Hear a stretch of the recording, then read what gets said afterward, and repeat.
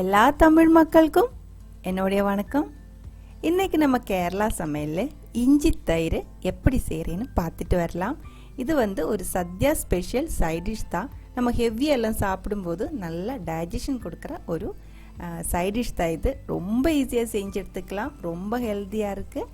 எப்படி செய்யறேன்னு பார்த்துட்டு வரலாம் பாருங்க. அதுக்காக நம்ம மெயினாக வேண்டியது இஞ்சி. நல்லா ஃப்ரெஷ்ஷாக இருக்கிற இஞ்சி தான் வேணும். காஞ்சது அந்த மாதிரி எதுவும் எடுக்காதீங்க. ஃப்ரெஷ்ஷாக இருக்கிற கொஞ்சம் இஞ்சி வேணும். அதோட குவான்டிட்டி நான் கரெக்டாக சொல்கிறேன். கூடவே ஒரு பச்சை மிளகாய், 2 இல்லை 3 வரமிளகாய். அது அதோட கொட்டையெல்லாம் ரிமூவ் பண்ணிவிட்டு இதே மாதிரி சின்னதாக கட் பண்ணி எடுத்து வச்சுக்கோங்க. அதுக்கப்புறம் கொஞ்சம் கருவேப்பிலை, கூடவே ஒரு 1/2 டீஸ்பூன் அளவுக்கு கடுகு. தாளிக்கிறதுக்காக தான் இது எல்லாமே தாளிக்கிறதுக்காக தான். இஞ்சி பாருங்க, இதே மாதிரி முடிஞ்ச அளவுக்கு தின் பீஸாக கட் பண்ணி வச்சுக்கோங்க, அப்போ தான் நல்லாயிருக்கும். இதே மாதிரி கட் பண்ணி எடுக்கும்போது அந்த இஞ்சியோட அளவு ஒரு 2 டேபிள் ஸ்பூன் அளவுக்கு வேணும். கொஞ்சம் கம்மியாக இருந்தாலும் இன்னும் கொஞ்சம் அதிகமாக இருந்தாலும் ஒன்றும் ப்ராப்ளம் இல்லை. நீங்கள் உங்களுக்கு இஷ்டத்துக்கு தகுந்த மாதிரி எடுத்துக்கலாம். ஒரு கடாய் சூடு பண்ணி ஒரு 2 டேபிள் ஸ்பூன் அளவுக்கு தேங்காய் எண்ணெய் ஊற்றி இருக்கு. 1/2 டீஸ்பூன் கடுகு போட்டுக்கோங்க. நல்லா வெடிச்சதுக்கப்புறம் நல்லா ஃப்ரெஷ்ஷாக இருக்கிற கருவேப்பிலை அதுவும் போட்டு ஒரு டைம் நல்லா தாளிச்சுக்கோங்க. இது எல்லாமே நம்ம யூஸ் பண்ணுறது ஃப்ரெஷ்ஷாக இருந்தால் இஞ்சி தயிருக்கு நல்ல ஒரு ஸ்மெல்லு, நல்ல ஒரு டேஸ்ட், மனம் எல்லாமே கிடைக்கும். அதுக்கப்புறம் நைஸாக கட் பண்ணி வச்ச இஞ்சி அதுவும் போட்டு ஒரு டைம் வதக்கிக்கோங்க. இது ரொம்ப நேரம் வதக்கக்கூடாது. எண்ணெயில் இந்த இஞ்சி ரொம்ப நேரம் பொரிஞ்சிருச்சு அப்படின்னா மனம் மாறி போயிடும், டேஸ்ட்டும் மாறி போயிடும். அதனால் ரொம்ப நேரம் வதக்காதீங்க.